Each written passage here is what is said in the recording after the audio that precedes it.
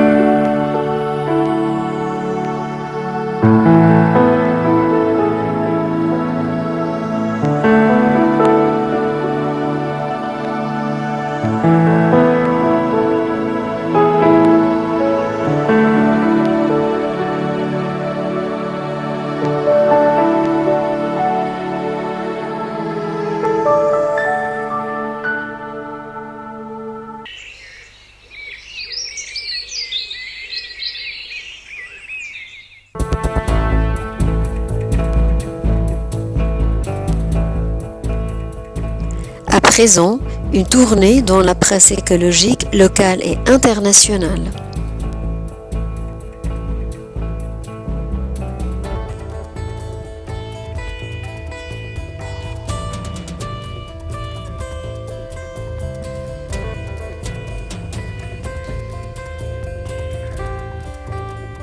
Un ciel bleu et de la glace trouvée sur Pluton. Nouvelle révélation sur la planète naine des confins du système solaire. La NASA a diffusé des photos du Pluton qui révèlent une brume atmosphérique de couleur bleue entourant Pluton. L'image est poétique. Un fin cercle bleu qui entoure un disque noir. Ce sont les premières images en couleur de l'atmosphère de Pluton dévoilées par la NASA. Et sur la planète naine, aux confins du système solaire, le ciel est donc bleu.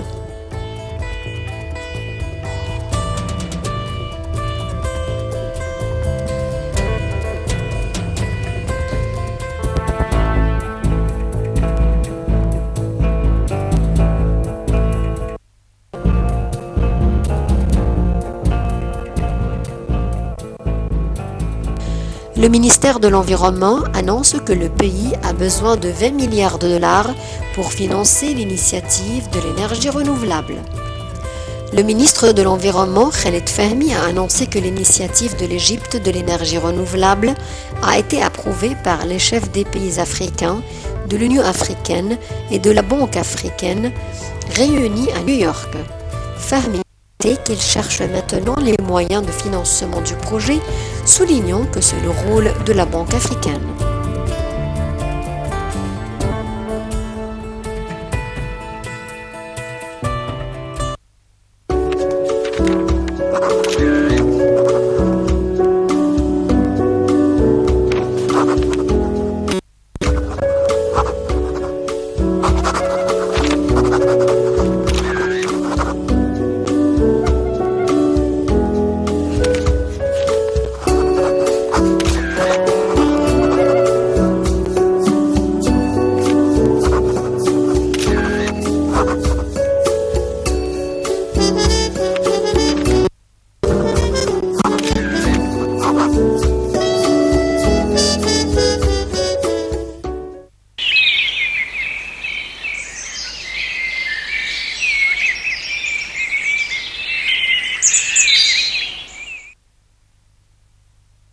Des sondages ont découvert comment le mammifère parvenait à endiguer les cellules endommagées, de quoi peut-être faire avancer la recherche contre la maladie.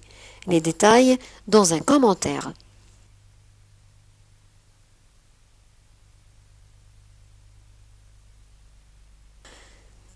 Ont découvert comment le mammifère parvenait à endiguer les cellules endommagées, de quoi peut-être faire avancer la recherche contre la maladie.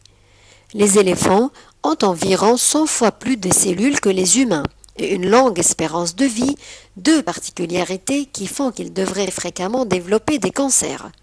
Ce n'est pourtant pas le cas. environ 4,8% des morts liées au cancer contre 11% à 25 chez les humains.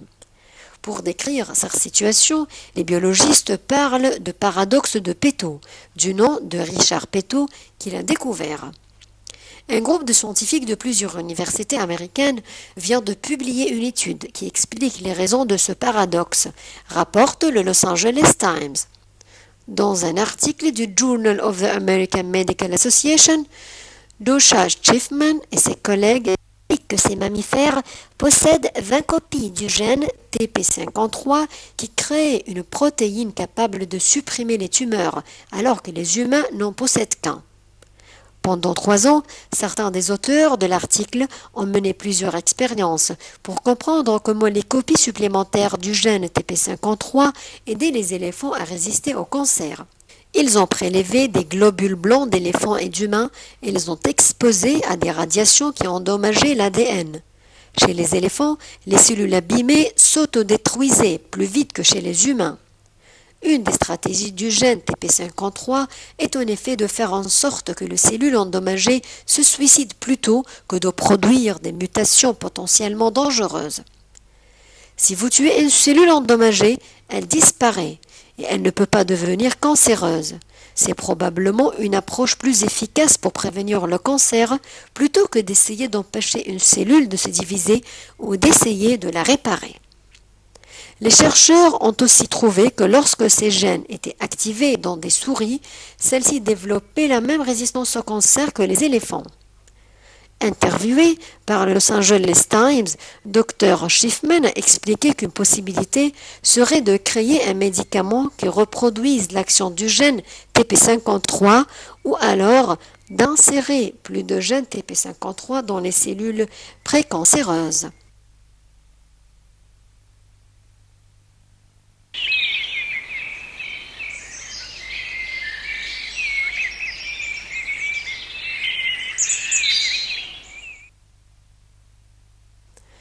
Le milieu environnant est empli de choses rarissimes qui, grâce aux recherches des scientifiques, on commence à en deviner la cause.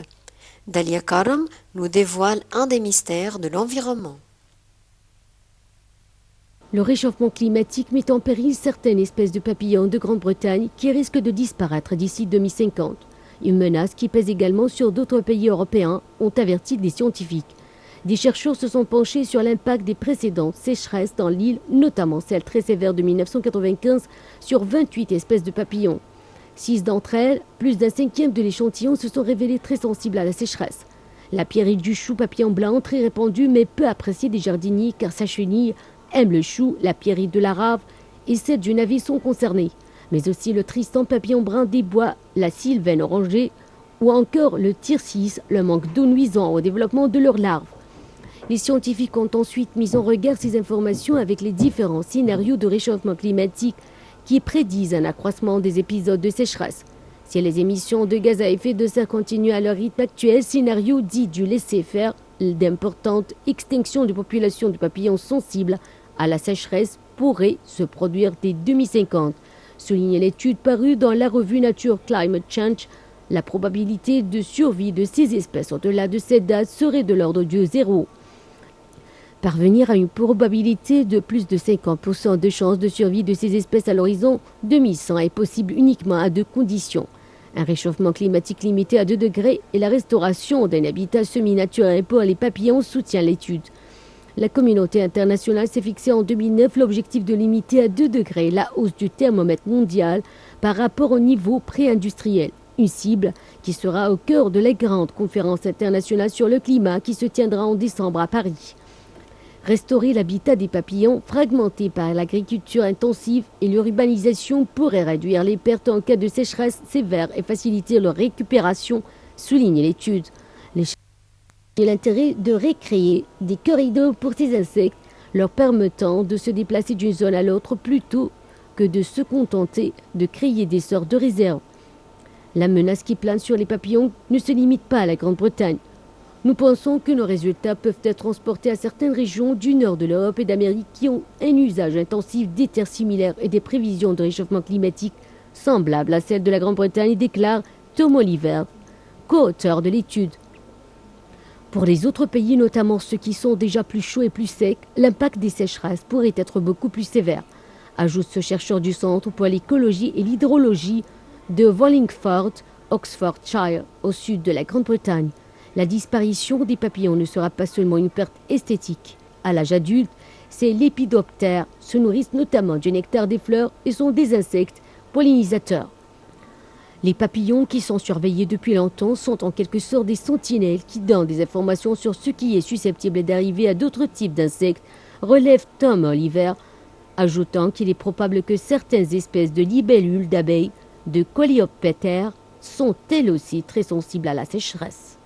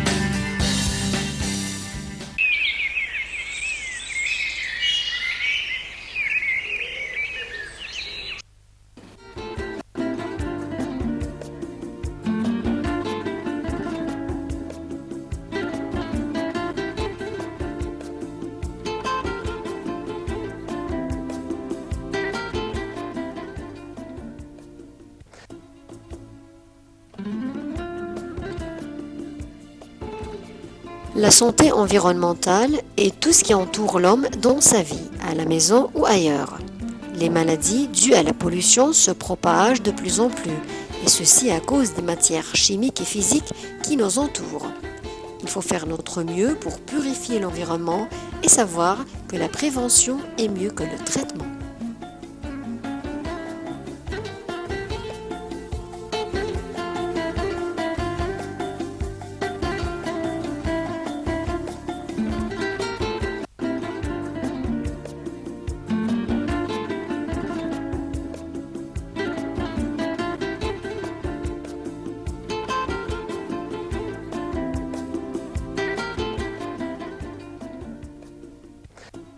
الحقيقة احنا في المعمل بتاعنا بنتناول مجموعة من العوامل اللي بتأثر على صحة الفرد في مصر، واللي هي ممكن تنتشر في البيئة بتاعتنا وبتأثر علينا بشكل كبير وبيبقى لها تأثير ومردود سيء جدا على الدخل القومي في مصر. أول مرض بنتعامل معاه طبعا مرض الإصابة بالفيروس الالتهاب الكبدي الوبائي سي، اللي هو معروف بالهيباتيتس سي في مصر. حضراتكم عارفين طبعا ان اول حاجه في ان نعرف اصابه فيروسيه موجوده ولا لا، يبقى لازم عندنا طرق تشخيصيه حديثه نقدر نعرف فيها الاصابه بشكل مبكر عشان نقدر نقول للناس ابتدوا تعالجوا. وطبعا مش كل الناس بتحتاج علاج بنفس الدرجه، وعشان كده بنحاول يبقى عندنا طرق تشخيص حديثه وحاجه اسمها الدلائل الحيويه اللي تقدر تخلينا نعرف مين بالظبط اللي محتاج علاج. زائد ان احنا كمان بنحاول يبقى عندنا نستخدم تقنيات التكنولوجيا الحيوية الحديثة في ان احنا نوصف طرق جديدة تخلينا نعرف مين اللي بيستجيب للعلاج اللي موجود ومين اللي ما بيستجيبش للعلاج. وطبعا ده عشان ما نهدرش اموال طائلة في ان احنا نعالج الناس بمواد علاجية خطأ، وبالتالي ما تجيبش معاهم مردود صحي وفي نفس الوقت يهدروا فلوسهم بشكل سلبي. الفيروسات اللي احنا بنتعامل معاها تاني فيروس الانفلونزا. طبعا حضراتكم كلكم عارفين ان فيروس الانفلونزا من اكتر الفيروسات اللي بتاثر على صحه البني ادم سواء في مصر او في العالم كله، والحدود بتاعه العالم حتى ما بتقدرش توقف الفيروس ده على الانتقال من دوله لدوله. لو حصل طفرات في فيروس الانفلونزا وظهر عزلات جديده من انفلونزا جايه من اوروبا مثلا، وحد جاي يزور مصر او سايح يقضي يومين في مصر، فممكن ينقل لنا الفيروس ده معاه. ومش مش هننسى اللي حصل من 5 6 سنين، فيروس انفلونزا الخنازير اللي فجاه الناس كلها ابتدت تتكلم عنه. فطبعا كان لازم يبقى عندنا الطرق اللي احنا نقدر نعمل بيها مسح، ونقدر نتابع بيها، ونقدر نعمل سيرفيلنس ومتابعه، بحيث ان احنا نقول هل في فيروسات جديده موجوده في مصر، ايه انواع الفيروسات الانفلونزا اللي موجوده في مصر، ايه اللي فيها ممكن يتنقل من انسان لانسان، وايه اللي ممكن يتنقل من حيوان لانسان، وبالتالي نقدر نتعامل معاها، وعلى اساس هذا نقدر نحط الطرق الوقائيه المناسبه والطرق العلاجيه المناسبه. طبعا لما بنتكلم على طرق وقائيه على طول نتكلم على محاولاتنا في المركز القومي للبحوث.